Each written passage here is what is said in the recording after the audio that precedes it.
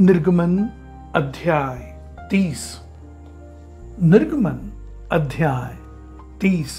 फिर धूप जलाने के लिए बबूल की लकड़ी की वेदी बनाना। उसकी लंबाई 1 हाथ और चौड़ाई 1 हाथ की हो। वह चौकोर हो और उसकी ऊंचाई 2 हाथ की हो और उसके सिंग उसी टुकड़े से बनाए जाएं।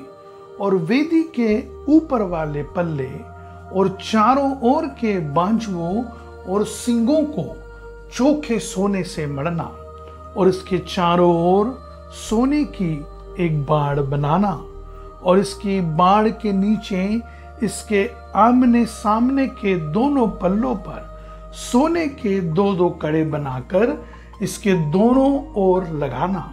वे इसके उठाने के डंडों के खानों का काम देंगे। डंडों को बबूल की लकड़ी के बनाकर उनको सोने से मढ़ना और तू उसको उस पर्दे के आगे रखना जो साक्षीपत्र के संदूक के सामने है, अर्थात प्रायश्चित वाले ढकने के आगे जो साक्षीपत्र के ऊपर है, वही मैं तुझसे मिला करूंगा। और उसी वेदी पर हारून सुगंधित धूप जलाया करे। प्रतिदिन भोर को जब वह दीपक को ठीक करे तब वह धूप जलाए और गोधूली के समय जब हारून दीपकों को जलाए तब धूप जलाया करे। यह धूप यहोवा के सामने तुम्हारी पीढ़ी पीढ़ी में नित्य जलाया जाए। उस वेदी पर तुम किसी अन्य प्रकार का धूप न जलाना और न उस पर होम बलि और न अन्न बलि चढ़ाना और न उस पर अर्घ देना। हारून वर्ष में 1 बार इसके सिंगों पर प्रायश्चित करे और तुम्हारी पीढ़ी पीढ़ी में वर्ष में 1 बार प्रायश्चित के पाप बलि के लहू से इस पर प्रायश्चित किया जाए। यह यहोवा के लिए परम पवित्र है। तब यहोवा ने मूसा से कहा, जब तू इज़राइलियों की गिनती लेने लगे तब गिनने के समय जिनकी गिनती हुई हो वे अपने अपने प्राणों के लिए यहोवा को प्रायश्चित दे, जिससे जब तू उनकी गिनती कर रहा हो उस समय कोई विपत्ति उन पर न आ पड़े। जितने लोग गिने जाएं वे पवित्र स्थान के शेकेल के अनुसार आधा शेकेल दें। यह शेकेल 20 गेरा का होता है। यहोवा की भेंट आधा शेकेल हो। 20 वर्ष के या उससे अधिक अवस्था के जितने गिने जाएं उनमें से एक जन यहोवा को भेंट दे।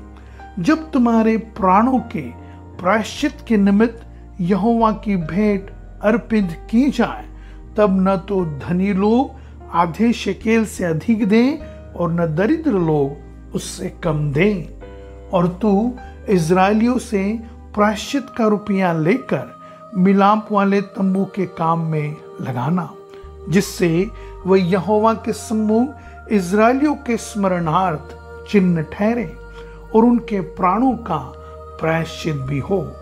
यहोवा ने मूसा से कहा, धोने के लिए पीतल की एक हौदी और उसका पाया भी पीतल का बनाना।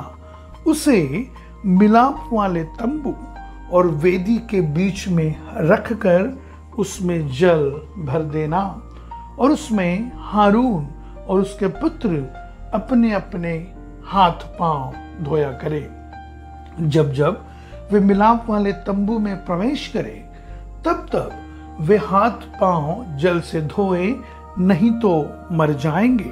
और जब जब वे वेदी के पास सेवा टहल करने अर्थात यहोवा के लिए हव्य जलाने को आए तब तब वे हाथ पांव धोए, न हो कि वे मर जाए। यह हारून और उसके पीढ़ी पीढ़ी के वंश के लिए सदा की विधि ठहरे।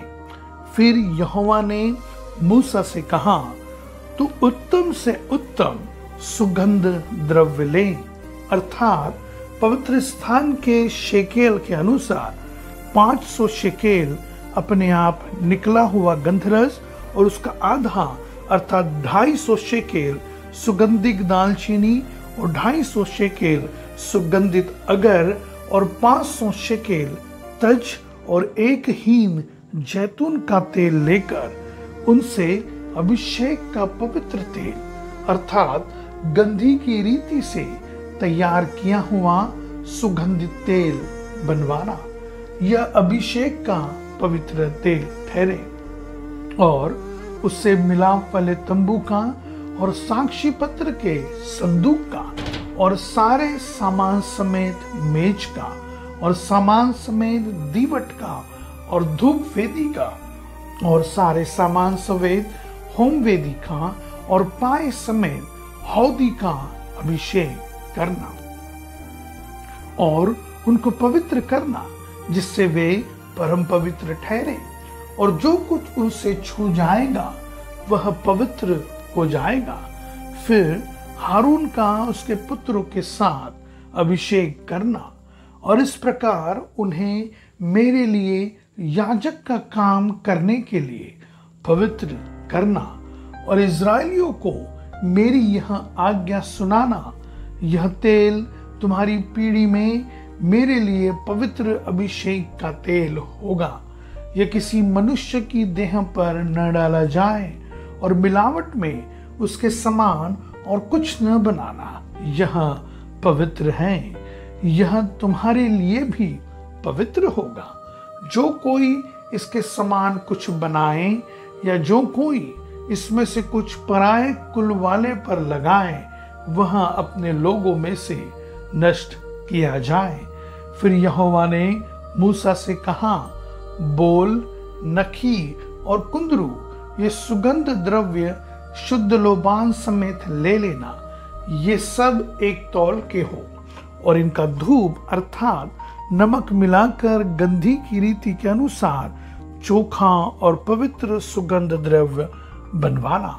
फिर उसमें से कुछ पीस कर बारीक कर डालना। तब उसमें से कुछ मिलाप वाले तंबू में साक्षी पत्र के आगे जहां पर मैं तुझसे मिला करूंगा रखना। वो तुम्हारे लिए परम पवित्र होगा।